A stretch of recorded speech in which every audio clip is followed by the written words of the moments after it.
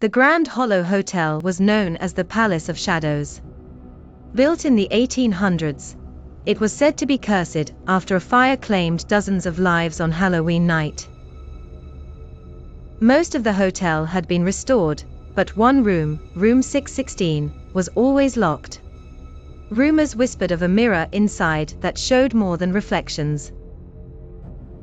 Tourists dared each other to knock on its door, but no one had ever been inside. On Halloween, the lobby was decorated with glowing jack-o'-lanterns, their carved faces flickering with sinister grins. The staff claimed it was tradition. They always placed pumpkins at the staircases, in the halls, even on each floor, to ward off the spirits still wandering the building. Thomas, a filmmaker obsessed with urban legends, checked in that night, determined to sneak into 616 for his documentary. As he crept down the hallway, he noticed something strange. The pumpkins on the 6th floor were different. Their candles burned with an unnatural blue flame, and their carved faces twisted when he passed, as if following him. His camera picked up faint laughter when he replayed the footage, though he hadn't heard anything in person. Finally, he picked the old brass lock and slipped inside 616. The room was untouched, dust coated every surface, and cobwebs hung like funeral veils. The only thing uncovered was a massive floor-length mirror, framed in dark wood carved with vines and screaming faces. At its base sat a small pumpkin, rotting and moldy, though its eyes still glowed faintly from within.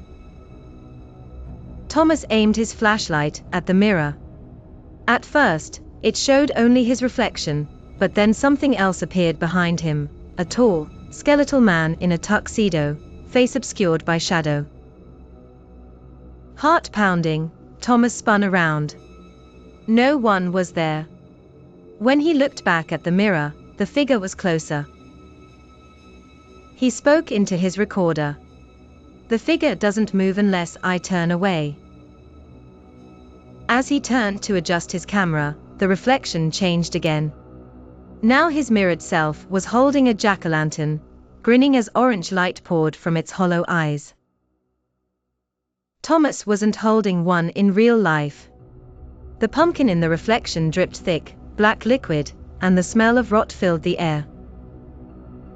Suddenly, the real pumpkin at the mirror's base burst open, spilling worms and ash across the floor.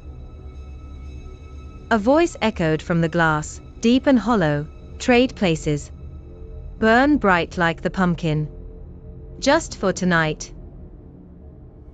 The skeletal figure in the reflection raised its hand, and Thomas's reflection obeyed, lifting the jack-o'-lantern and placing it over his own head. The carved grin lit up, and Thomas screamed as the same searing heat engulfed his skull. His vision blurred, and his reflection smiled cruelly before reaching through the mirror with skeletal hands. He was dragged into the glass, his cries muffled as the pumpkin light flickered out. The next morning, staff found the door locked again. The mirror was spotless, but in the reflection, Thomas stood perfectly still, his head replaced by a glowing jack-o'-lantern, mouth forever carved in a mocking grin. On Halloween night, guests swear that when they pass room 616, the blue candles in the pumpkins outside flicker violently, and faintly inside the mirror, Thomas can be seen mouthing the same desperate words, "Let me out." The Ashthorne Inn was a relic of the Victorian era, its brick walls scarred with age, its hallways narrow and suffocating. On Halloween, the inn offered a special pumpkin masquerade package, where jack-o'-lanterns lined every hallway, their orange glow flickering against the ancient wallpaper. Guests believed the pumpkins kept away bad spirits, but locals whispered a darker tale. Every Halloween, the pumpkins were not decorations, they were guardians, keeping something locked inside. Marcus and his girlfriend, Leah, booked the package. The receptionist, a frail woman with grey eyes, handed them a brass key shaped like a pumpkin stem. "Every guest who enters room 9 leaves differently," she said with a chilling smile. Inside, the room seemed ordinary, though dozens of carved pumpkins sat on the windowsill and dresser, each with a different expression, smiles, grimaces, and screams. Their candles sputtered as if they reacted to Marcus and Leah's presence. At midnight, Marcus awoke to the sound of the door unlocking. A man entered, dressed in a black suit, carrying a guest ledger. His head was strange, shadowed until he looked up. Instead of a face, a rotting pumpkin sat upon his shoulders, its jagged grin flickering with fire. He sat at the desk, opened the book, and asked in a hollow voice, "Name?" Marcus laughed nervously. "Marcus Hill," he said, thinking it was a Halloween performance. The man wrote it down with a quill. Then he turned to Leah. "And yours?" She hesitated but gave it. The pumpkin-headed man's grin widened, the flame inside burning brighter. "Checked in," he said, closing the book. Suddenly, every pumpkin in the room flickered to life, glowing violently. Their carved mouths seemed to chant in whispers, and shadows stretched across the walls. Leah pointed at the mirror above the dresser. Their reflections no longer mirrored them. Instead, their reflections wore pumpkin heads, the carved mouths twisting open wider and wider until fire burst from within.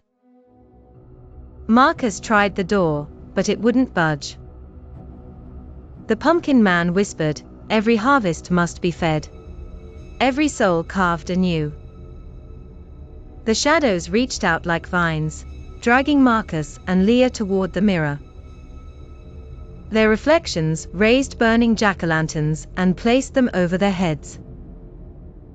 Marcus screamed as his vision filled with fire, his skin searing while Leah's cries echoed beside him. The next day, the room was empty. The pumpkins sat cold and lifeless, except for 2 new ones on the dresser. Their carved faces bore uncanny resemblance to Marcus and Leah, their flames faint, but flickering with trapped souls. The guest ledger lay open with 2 fresh names, Marcus Hill and Leah Carter. Locals say that on Halloween, if you stay at Ashthorne Inn and listen closely, the pumpkins whisper. Their voices are muffled, but you can hear them begging for release, their hollow mouths glowing with eternal fire.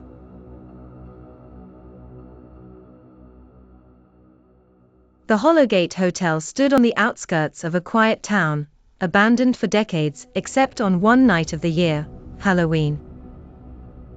Every October 31st, the heavy oak doors creaked open, lanterns were lit in the halls, and jack-o'-lanterns flickered in every window, as if the building itself came alive to welcome guests.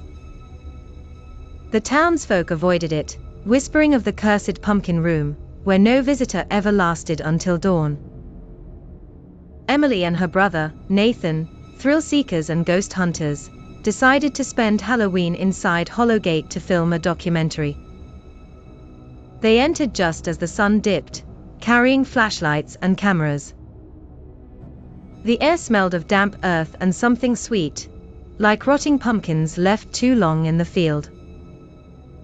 As they explored, they noticed jack-o'-lanterns everywhere, carved with grotesque expressions, some smiling, some weeping, some screaming. Each one burned with an eerie, greenish flame instead of a normal candle. They chose to set up their base in room 11. To their surprise, the room already had a pumpkin centerpiece on the table. Unlike the others, this one was fresh, uncarved, its skin smooth and unblemished. Emily frowned. Strange. Every other pumpkin is carved. Nathan shrugged, brushing it off, but neither could shake the feeling that it was watching them. At midnight, while reviewing footage, the pumpkin suddenly split open with a wet crack. Thick black vines spilled out, twisting like snakes across the floor. Emily screamed, knocking over the camera, as the vines coiled around her ankles. Nathan tried to hack them away with a broken chair leg, but the vines only tightened, dragging her toward the mirror on the wall. The mirror shimmered like water. Inside, Emily saw not her reflection, but a distorted version of herself, pumpkin-headed, eyes hollow, mouth jagged, glowing from within. The reflection raised a vine-wrapped hand and beckoned her forward. "Don't look," Nathan shouted, pulling her back. But it was too late. The reflection's hand shot out of the glass, grabbed Emily's wrist, and yanked her through with a shriek. The mirror rippled once and stilled. Emily was gone. Nathan stood frozen, staring at his own reflection, which no longer mimicked him. Instead, it smiled with a pumpkin grin, its eyes flickering like candle flames. The vines lashed out again, wrapping around his chest, pulling him toward the uncarved pumpkin that still sat on the table. Before he could break free, the pumpkin split wider, revealing a hollow cavity glowing with fire. The vines forced him forward, shoving his head inside. His muffled screams echoed through the hall as the pumpkin sealed shut, its carved face slowly forming, a grim smile that bore Nathan's likeness. The next morning, townsfolk who dared approach Hollowgate said they saw 2 new pumpkins in the upstairs windows. Their flames glowed faintly, flickering like desperate eyes. Inside the pumpkin room, the uncarved pumpkin sat fresh again, waiting patiently for the next Halloween, when the Hollowgate Hotel would open its doors to new guests who would never leave.